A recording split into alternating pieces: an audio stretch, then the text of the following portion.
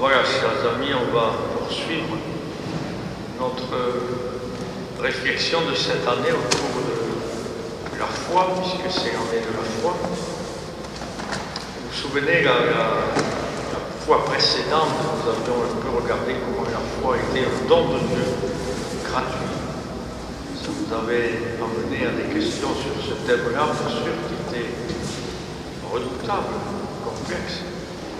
Et aujourd'hui, le pas que nous sommes invités à faire ensemble est de regarder en quoi, vers quoi nous conduit la foi, ou encore quels fruits porte la foi dans nos vies. Si bien que ce thème, vous le voyez là sur la feuille que nous avons reçue, est intitulé aujourd'hui « L'amitié avec le Maître ». L'amitié avec le Christ, l'amitié avec Dieu, l'amitié avec l'Esprit, l'amitié avec la Trinité, comme nous venons de le chanter. J'ai pensé que peut-être pour introduire ce thème de l'amitié avec Dieu, je pouvais vous relire quelques versets de ce que nous lisons au matin de Noël. Au matin de Noël où nous contemplons l'incarnation, la venue du Fils bien-aimé. L'Église demande à l'évangéliste Saint Jean de l'accompagner dans la compréhension de ce que Dieu voulait faire, a voulu faire en se faisant homme. Et il y a ceci. Donc il décrit d'abord que le Verbe, c'est-à-dire le Fils bien-aimé, s'est incarné, a pris chair. Et il continue. À ceux qui l'ont reçu, à ceux qui croient en son nom. Ça peut vraiment être nous. À ceux qui l'ont reçu, à ceux qui croient en son nom, il a donné le pouvoir de devenir enfants de Dieu. Ceux-là ne sont pas nés du sang, ni d'un vouloir de chair, ni d'un vouloir d'homme, ils sont nés de Dieu. À ceux qui croient en son nom, il a donné le pouvoir d'être nés de Dieu. Donc vraiment là, Saint Jean nous fait contempler derrière cette venue du Fils bien-aimé, ce désir de Dieu, que nous devenions par la foi ses enfants. La foi nous donne le pouvoir de devenir ses enfants. Sûrement cela ne veut pas dire qu'avant d'avoir la foi, nous n'étions pas fils de Dieu, aux yeux de Dieu, aux yeux de Dieu. Mais la foi crée en nous cette réponse d'amitié, cette réponse de confiance qui fait que ce désir de Dieu se réalise vraiment parce que ce qu'il veut et ce que nous répondons par la foi, ou ce à quoi la foi nous donne accès, se correspondent désormais. Nous voulons vivre, nous sommes introduits, nous voulons et nous pouvons vivre dans cette amitié avec Dieu. C'est pour cela aussi que le texte qui a été retenu comme méditation, celui de l'Évangile qui vient de nous être lu en Saint Jean, est proposé pour creuser si on est vraiment dans le juste endroit quand on dit que la foi nous fait naître de Dieu et nous fait rentrer dans l'amitié avec Dieu. Il s'agit dans ce chapitre 17 de Saint Jean, ces jours-ci, ce serait bien que vous le relisiez en entier, ce chapitre 17 de Saint Jean, parce que finalement, c'est l'ensemble qui nous fait rentrer dans la prière de Jésus, en la dernière soirée qu'il passe avec ses amis, cette soirée où il leur a lavé les pieds, cette soirée où il a institué l'Eucharistie. Quand cela est fait, Saint Jean rend compte de la prière qui a habité le cœur de Jésus en cette dernière soirée. Et il dit ceci: Père, l'heure est venue de glorifier ton Fils, afin que ton Fils te glorifie, et que selon le pouvoir sur toute chair que tu lui as donné, il donne la vie éternelle à tous ceux que tu lui as donnés. Or, la vie éternelle, c'est qu'ils te connaissent, toi le seul vrai Dieu, et celui que tu as envoyé, Jésus-Christ. Si on nous demandait, quand nous disons tous les dimanches, je crois en la vie éternelle, qu'est-ce que la vie éternelle? C'est de te connaître, toi, le seul Dieu, et celui que tu as envoyé. La vie éternelle n'est pas quelque chose que nous donnerait Dieu et qui serait extérieur à la rencontre avec lui. La vie éternelle n'est pas autre chose que de le connaître, lui, et celui qui a envoyé Jésus-Christ. La vie éternelle, c'est de vivre en Dieu, de naître de Dieu, et de rentrer dans cette amitié avec lui. Le connaître, lui le vrai Dieu. La connaissance, c'est ce qui nous permet de créer des liens. Vous savez très bien comment il y a des connaissances, il y a des rencontres des gens dans notre vie humaine qui nous changent.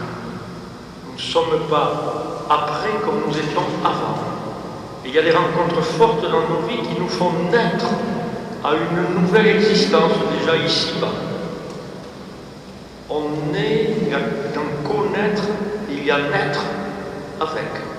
Connaître, c'est naître avec. C'est naître avec quelqu'un. Et il y a des connaissances qui nous font renaître. La connaissance de Dieu et de cet ordre-là est plus encore. La vie éternelle, c'est qu'ils te connaissent. Et connaître Dieu, c'est, comme disait Saint Jean dans le premier passage que je vous ai lu, c'est naître enfant de Dieu. C'est naître comme enfant de Dieu. C'est rentrer dans cette filiation, dans cette amitié avec lui. Alors, cette amitié avec lui, elle est d'un ordre tel que Saint Paul nous disait dans la lettre aux Romains que rien ne pourra la démolir, que rien ne pourra nous séparer de lui, que ce lien que Dieu a voulu avec nous, et cette foi qui nous permet de rentrer dans ce lien et de nous y enfoncer et de vivre sans arrêt ensuite comme des enfants de Dieu, est un lien sûr, un lien solide, un lien qui ne sera pas ébranlé. Et Saint Paul est lui-même ce qui habituellement abîme notre confiance en Dieu, la détresse, l'angoisse, la persécution, la faim, le dénouement, le danger, le glaive. Et il continue, jamais l'assurance, ni la mort, ni la vie, ni les anges, ni les dominations, ni le présent, ni l'avenir, ni les puissances, ni les forces des hauteurs, ni celles des profondeurs, ni aucune créature. Rien ne pourra nous séparer de l'amour de Dieu manifesté en Jésus-Christ notre Seigneur. Évidemment, si Saint Paul dit ça, c'est pour plusieurs raisons, mais entre autres, c'est parce qu'il a été bouleversé au moment où la grâce de la foi lui a été donnée, où ce Jésus qu'il prenait comme un renégat, ce Jésus qu'il prenait comme un ennemi, est devenu celui qui le retournait, celui qui se faisait connaître de lui, comme celui qui était venu le chercher pour se révéler à lui et lui faire par la grâce de la foi une conversion profonde et rentrer dans une amitié qui durera jusqu'à sa vie et que rien n'a pu affaiblir ni démolir. Mais cette expérience de Paul, elle est fondée sur le fait qu'il le connaît maintenant, ce Jésus. Et il sait que ce Jésus, c'était Dieu, fait homme, et qui a mis dans cette relation avec les hommes, l'humanité, et avec chaque homme qui répond par la foi, sa puissance d'aimer plus forte que tout. Sa puissance de nous aimer plus forte que tout. Et il comprend que nous avons été faits pour ça, que nous avons été faits pour être emportés, éblouis, comblés, animés par cette admiration, cet étonnement, cette joie, ce contentement de se savoir aimé de Dieu à ce point. Et alors vous avez tout à fait au début, à la première page de la feuille de ce soir, Saint-Guy, Benoît XVI, à l'Angélus, le 15 janvier, qui reprend ce que dit Saint Paul, mais d'une autre manière. Mais il reprend, c'est intéressant ce passage pour nous, parce que ça a donné le titre de ce soir. L'amitié avec le Maître assure à l'âme une paix profonde et la sérénité, même dans les moments sombres et dans les épreuves les plus difficiles, lorsque la foi connaît des nuits obscures dans lesquelles on ne sent plus et on ne voit plus la présence de Dieu, l'amitié de Jésus et l'assurance qu'en réalité, rien ne pourra jamais nous séparer de son amour. La foi ne nous épargne pas les moments où nous ne sentons pas, mais nous continuons parce que l'amitié avec Jésus que nous cultivons et que Jésus cultive avec nous est si forte que nous ne pouvons pas douter un seul instant que lui nous abandonnerait et nous poursuivons dans les purifications que cette épreuve nous fait vivre pour ne nous en remettre plus qu'à lui. Vous avez su sûrement, après la mort de Mère Teresa, et vous avez peut-être lu un certain nombre de ses écrits qui ont été révélés après, sur cette crise de la foi, du ressenti de la foi, sur cette crise de ce qu'on peut ressentir à des moments quand on vit dans la foi. Et puis il y a d'autres moments où on ne ressent rien. Et elle nous livre ces moments où elle n'a plus rien ressenti. Et ce qui l'a fait durer, ce qui l'a fait continuer, c'est cette amitié avec Jésus qu'elle avait construite, dans laquelle elle s'était enfoncée, et qui la rendait capable de même vivre l'absence de si comme une réponse d'amour qu'elle lui faisait en s'unissant à Jésus, quand Jésus lui-même a connu l'obscurité des épreuves de la vie humaine au moment de la fin de sa vie, et où en face de lui, il n'avait plus aucun signe de la réponse humaine. C'est beau ça, c'est profond, c'est fort. Et vous savez, quand nous rencontrons des moines, quand nous rencontrons des moniales, quand nous rencontrons des laïcs qui creusent cette amitié avec le Seigneur, c'est vraiment ça qui nous rend compte. On peut penser à des épreuves de santé, on peut penser à des épreuves de parents par rapport à leurs enfants, on peut penser à des moments comme ça où on voit la foi qui tient. Tout à l'heure, en devant mon miel, en regardant de nos jours, j'avais régulièrement, près de toutes les 3 semaines, l'archevêque maronite de Damas m'envoie un mail pour me donner un peu des nouvelles de ce qui se dit là-bas. Et aujourd'hui, il me donnait des nouvelles, des beaux témoignages de chrétiens. Actuellement, en Syrie, un des éléments qui ajoute à leur épreuve, c'est qu'un certain nombre de groupes crapuleux enlèvent des individus dont ils supposent que les familles sont riches pour obtenir une rançon. Et là, il me racontait 5 ou 6 témoignages de chrétiens de sa communauté qui viennent de vivre cette épreuve de l'enlèvement et de la libération et qui témoignent comment la foi leur a permis de tenir debout dans ce moment. La foi et leur amitié avec le Christ leur a permis de tenir debout dans cette épreuve, et même comment cette épreuve leur a permis de mieux connaître l'amour que Jésus leur porte et nous porte, lui qui a connu la trahison, lui qui a connu l'abandon, lui qui a connu la souffrance pour nous ici. J'en viens, en accélérant un peu au texte, je reviens à l'Évangile pour approfondir, en voyant ces mots qui nous aident à approfondir qu'il s'agit de ça dans la foi. Il s'agit de cultiver l'amitié avec le Christ. Regardez la fin de la prière là, de Saint Jean que nous avions, à partir, on avait les 3 premiers versets, mais après à partir du verset 20, qui est au milieu, au début, en haut de la page, « Je ne te prie pas pour eux seulement, mais pour ceux qui, grâce à leur parole, croient en moi. Nous en sommes.